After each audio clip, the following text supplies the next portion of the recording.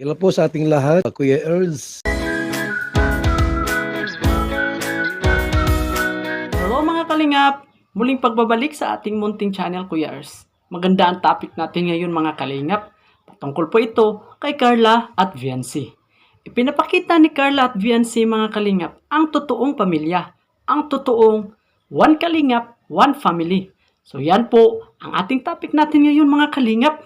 So bago ang lahat, atin munang batiin ang ating ama ng kalingap, Kuya Val Santos Matubang, Idol Kalingap Rab, Ma'am Jack Tapia Matubang, Ate Edna Vlogs, at lahat ng mga kalingap charity vloggers.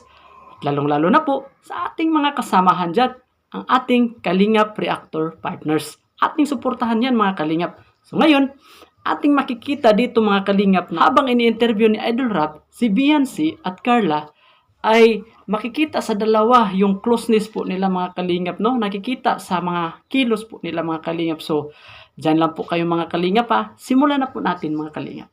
So, kumusta naman kayo dalawa? Kumusta ang travel experience nyo? Okay naman po. So, kaya Sobrang saya. Ikaw, Carla, ano yung hindi mo makakalimutan ngayong travel tayo sa Palawan? yung pagkayak po natin. Pagkayak? Ay, Sobrang saya po. Sobrang saya. Yung pinaka-paborito mo sa Palawan na ginawa natin. Opo. Ikaw naman, Viancy, ano naman sa'yo? Yung sa Mansaraw. Alin? Yung sa Mansarinaw. Pero totoo, ang ganda nga ng Viancy. Joke lang po lahat po. Lahat. Pero maganda man talaga yung sumansari. Yun mga kalingap, tinatanong ni Idol Rab kung ano ang mga bagay o mga memories na hindi po nila nalilimutan habang doon po sila sa Palawan.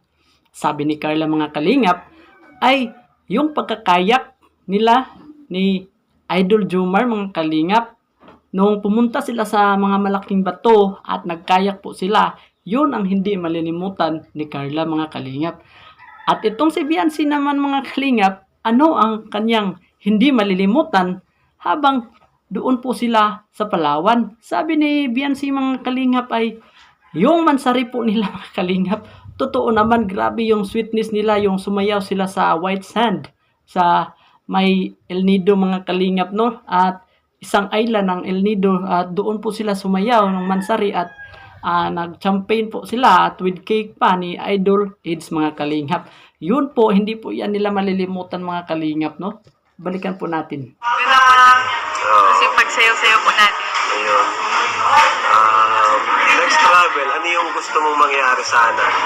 Bawa, sana. Anong gusto Kami mo? po kasama yung mga angels. Wow. Sama yung iba? Kasama na po sila. Mas masaya po pag marami. Mas magulo rin. Mas masakit ang ulo ko. So yun mga kalingap, tinatanong si Carla mga kalingap at si Viancy ni Idol Rab sa next travel po nila at sino ang gusto nilang makasama. At sabi naman ni Carla ay yung Kalingap Angels para marami sila, marami at masaya. Yun mga kalingap, ang sabi naman ni Idol Rab ay mas marami, mas magulo, sumasakit daw yung ulo ni Idol Rab mga kalingap. Joke lang po niya yun mga kalingap.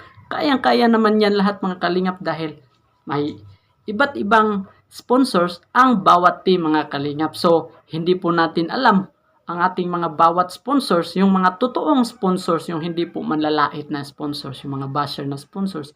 Yung totoo po talaga na sponsors na walang kapalit ay hindi po natin alam kung sakaling mag-next travel po sila ay marami na po sila mga kalingap, no? So, ang gusto ni Carla ay yung Kalingap Angels, mga kaibigan, kapatid.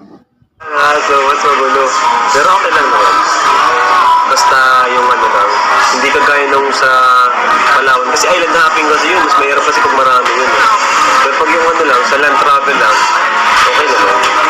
Kaya naman. So,